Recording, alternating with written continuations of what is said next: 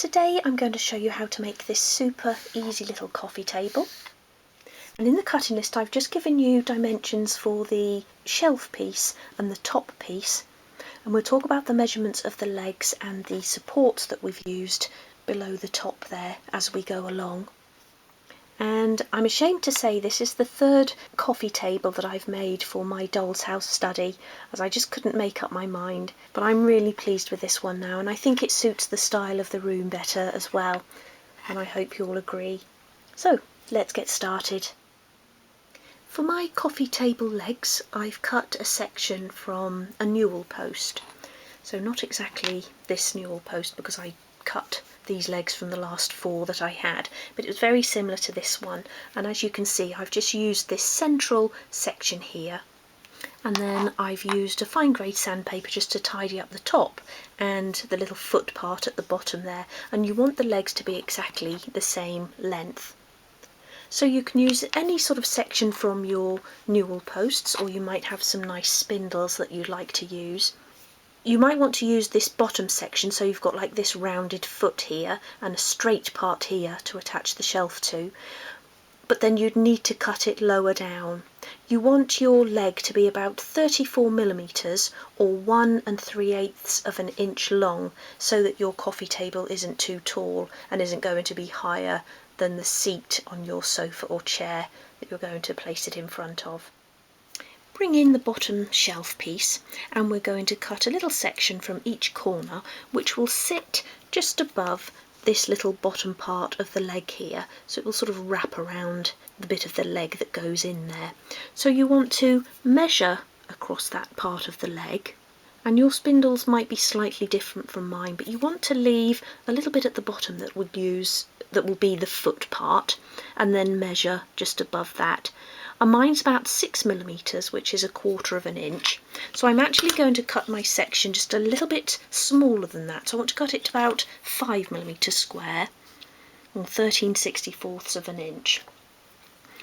But you just want it to be a little bit smaller than the actual leg. And then we'll cut the square, and then we can round it so that it will fit around that bottom part of the leg. And we'll use a little bit of sandpaper to do that.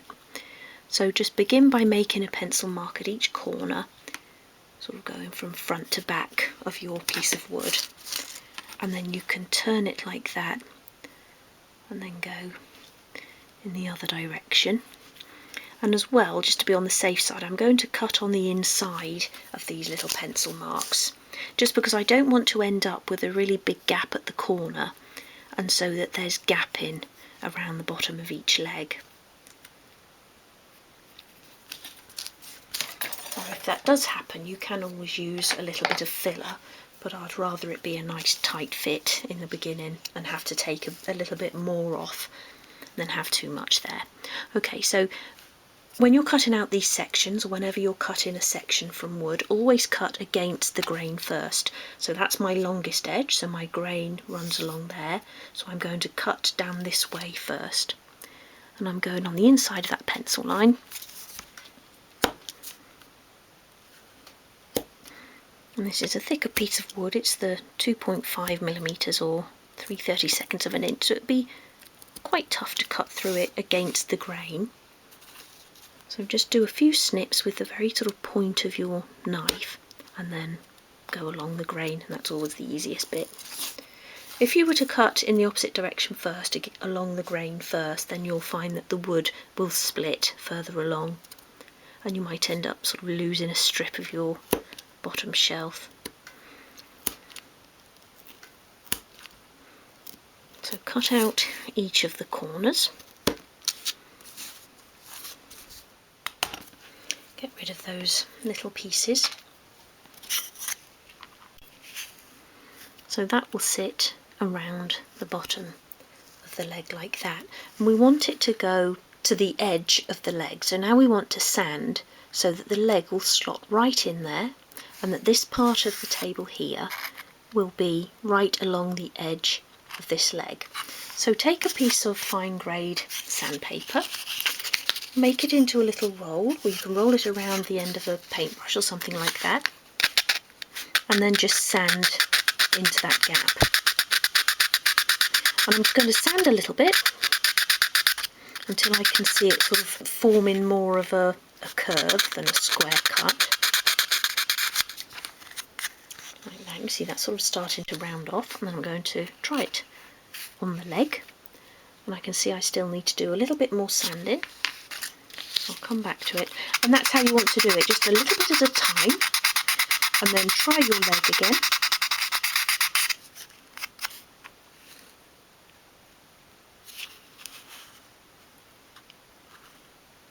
So that's starting to take shape now. I think my finger's in the way there, isn't it? Let's turn it up the other way. That's a fairly nice fit, but I want the leg to go in a little bit further, so I'm going to do a little bit more sanding, and I am actually going to take my own advice now and wrap it around the end of a paintbrush. Wrap it around there like that, not too wide a paintbrush. And support the piece of wood as you're doing it as well, because you don't want it to split.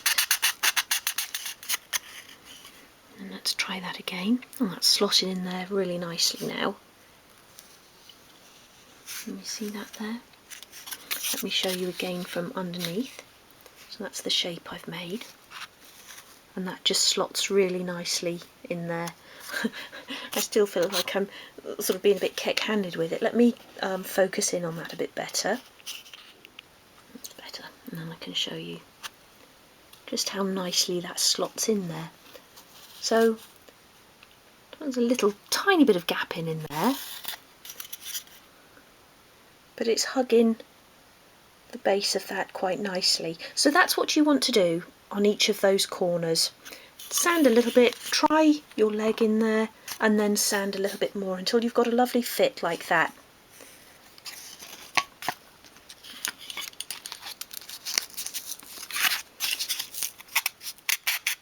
We're now going to use a flathead screwdriver to score grooves along the shelf.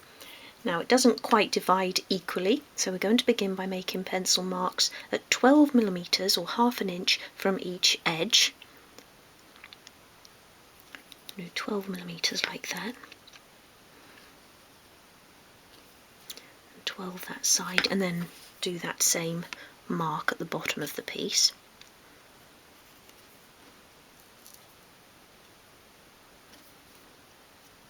Mm, half an inch, and then from that pencil mark we're going to go along at 11mm intervals, and that is 7/32 of an inch.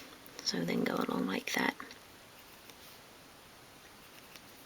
And you'll have 3 further pencil marks in the centre there, and although those outside edged ones are a little bit wider apart, it will look even once we've done them. Like that, and then you turn the piece lengthways, place the rule just below the pencil marks, and that will allow for the thickness of the screwdriver. And we're just going to use the very corner of the flat head. So make sure your rule is straight, and first of all we're just going to score a very light groove into the wood, very lightly like that, and then you can go along just putting on a little bit more pressure. You just need to do it 2 or 3 times like that. You've got that lovely groove in the wood. So do that at each of those pencil marks. If you feel your ruler move, always make sure you straighten it up again. If your grooves are sort of a little bit skew-whiff, then you'll really be able to tell.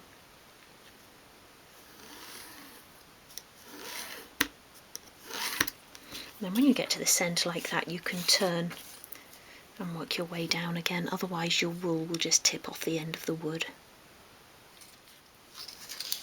So now just take a small piece of sandpaper, make a fold in it, just making a fresh fold there, crease it in, and then you want to work that along each of those grooves. And that will give you a nice distinct groove, but also get rid of the pencil marks. Work it along each groove like that. You can then use a soft paintbrush just to get rid of that sand and dust. Get it out of those grooves. And then I just want to take a piece of fine grade sandpaper, and we're just going to take off the very edges of each edge of the wood and on the top and bottom of the piece. So you really only want to go along a couple of times, holding the sandpaper at a 45-degree angle. That's more than a couple, but just to take off that sharp edge. And then turn it over and do it on the underside as well. And it just gives her a neater, more finished look. We're now going to make a little pencil mark at the top of each leg to mark out the centre, and this will help when we attach the short supports at the top of each leg. Now it helps to put the leg into a desk vise, but do use a piece of kitchen towel in there so that the jaws of the vise don't mark your leg. And then you'll probably find it useful to use your smaller rule, and you just want to start by making a pencil mark one way along the centre,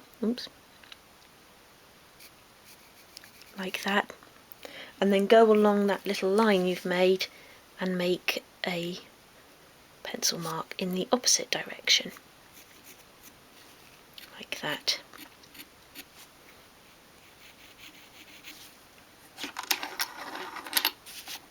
And do that on each of the legs. So I've got some glue here on a piece of card, and I've got a cocktail stick to apply it with, and we're now going to attach the legs to the shelf. So just begin by applying a little bit of glue into each of those little cut out sections.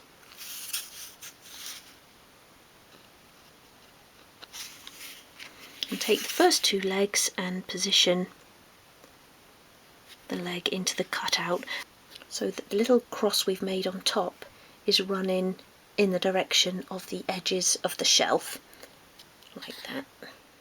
And press that into place, making sure that cross stays where it should, and then put the second leg into place, and then attach the other two. Again, make sure your crosses are running parallel to the edges of the shelf. And the final one, I then want to leave that just to dry off just for a moment, just so that those legs are a little bit more sturdy. So in the cutting list I've advised to cut the support strips at this stage, and that's just so that we can get an exact measurement. And the reason for that is just that firstly, you may be using a different spindle to the one I'm using, or a different newel post, and you may have sanded more away at your corner so that your legs sit further in or further out, so our measurements will probably be slightly different. But to get the measurement for the short and the long supports, you really just want to measure between the tops of those legs and measure at both sides. Now you may find that you've got a slight difference at each side, but choose one measurement and stick with that, otherwise your table won't be square. So it may just mean that you'll need to push one set of legs further together to hold the support in place, but you want to keep each side the same measurement.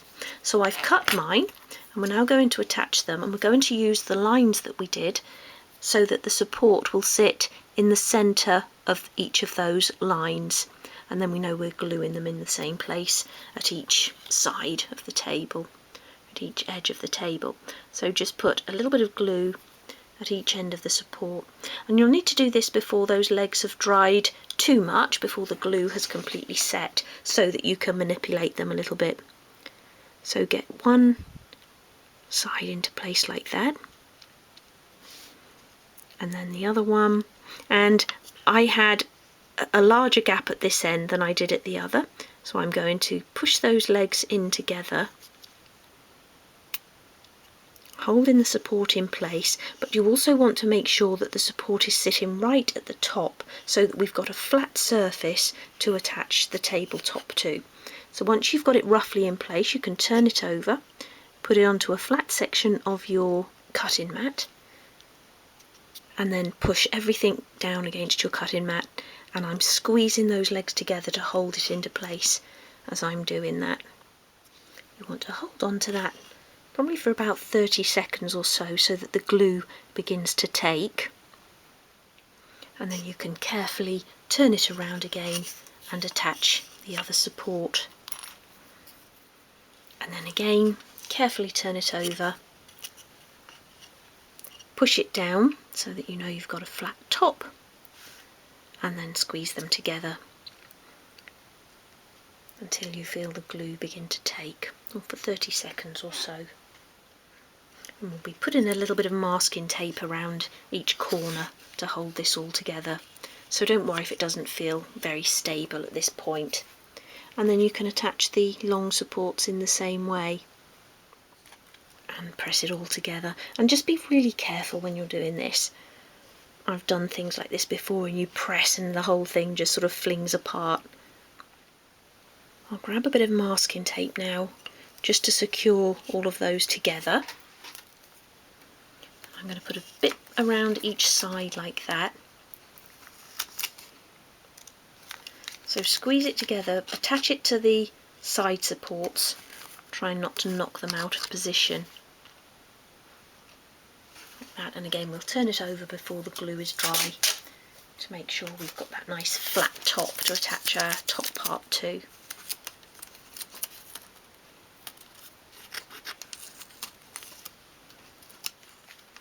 So push your tape down, like that, fold it down. And once again, turn it over, press it flat against your surface and give all the parts a good press together. That piece can then be left to dry. Once you've allowed enough time for that piece to dry, and I left mine drying overnight, you can remove your tape and that feels a lot more sturdy now. And this piece is now ready for paint. So that's now had 2 coats of paint, and I sanded using a 500 grit sandpaper after each coat had completely dried. And I've cut the coffee table top.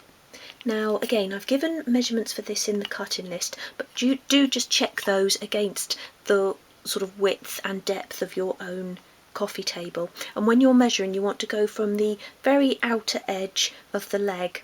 And then I've added on an extra 3mm or 1/8 of an inch to each of those measurements, length and depth, just to give a little bit of an overhang. So I just want to begin by rounding over each edge on the top and bottom of the piece. I'm just going to do that in my hand with a piece of 500 grade sandpaper and just really going along each edge at a 45-degree angle. I don't want to take anything off the length and depth of this piece, so I'm just taking off that top edge on each side of the wood.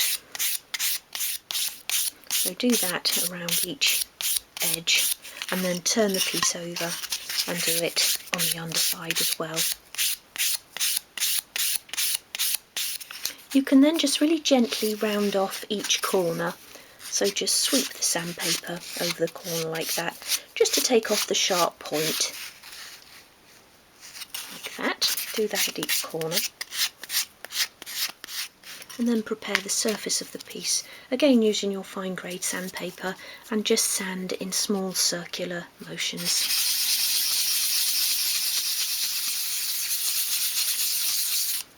And again do that on both sides of the wood. Then use a soft brush to remove the sanding dust. Now I'm leaving my coffee table top plain, but if you want to score grooves into yours, then now is the time to do that. But mine's now ready to attach. So choose again the nicest side of the piece that you want as the coffee table top, and then apply glue to the top of the supports.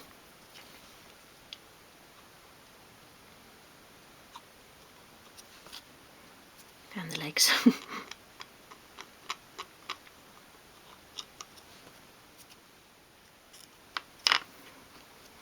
Now, so that you can check you've got an even overhang, it's easier to stick that down onto the coffee table top. So turn that over so nice side is facing down, and then turn that over and put it into place so that you're leaving a nice even border around each edge. You can just sort of roughly get it into position and then have a look around and just slide it around if you need to. Like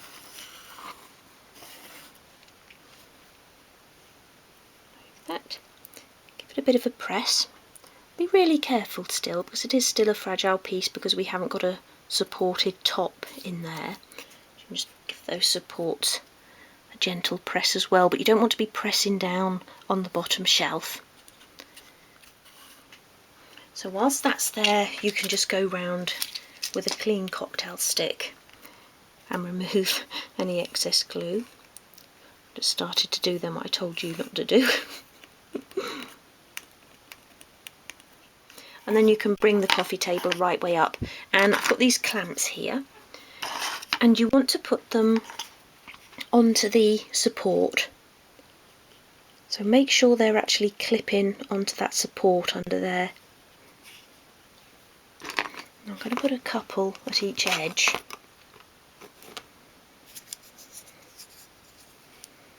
Oops, and I say to make sure they're on properly, because if they're not, these have a habit of pinging off. You don't want them pinging off and flying up into your face. You just want to make sure it's secure before you let go of it.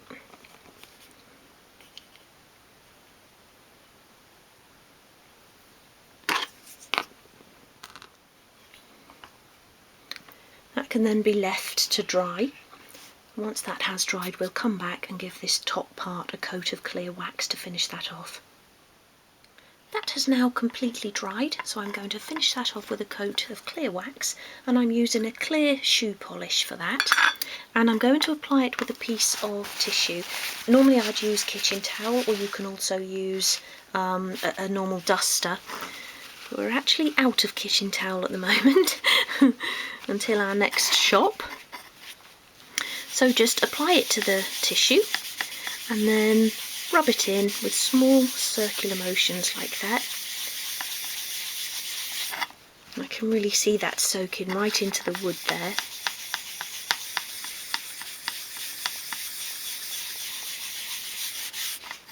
If I just hold that up and show you, you can already see the difference that's making. It gives the wood a really nice sheen, and even with this soft wood really brings out the grain. So I really like this as a finishing touch, but like I say, it is optional. You can just leave it as natural wood if you prefer. And you might want to paint or varnish your top piece. If you're varnishing it, probably do that before you attach it. Makes for a much neater job.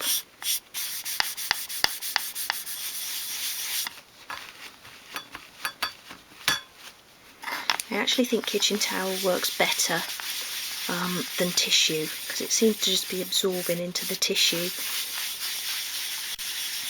So I'm having to use a little bit more than I normally would, but that's alright. I've got plenty of wax.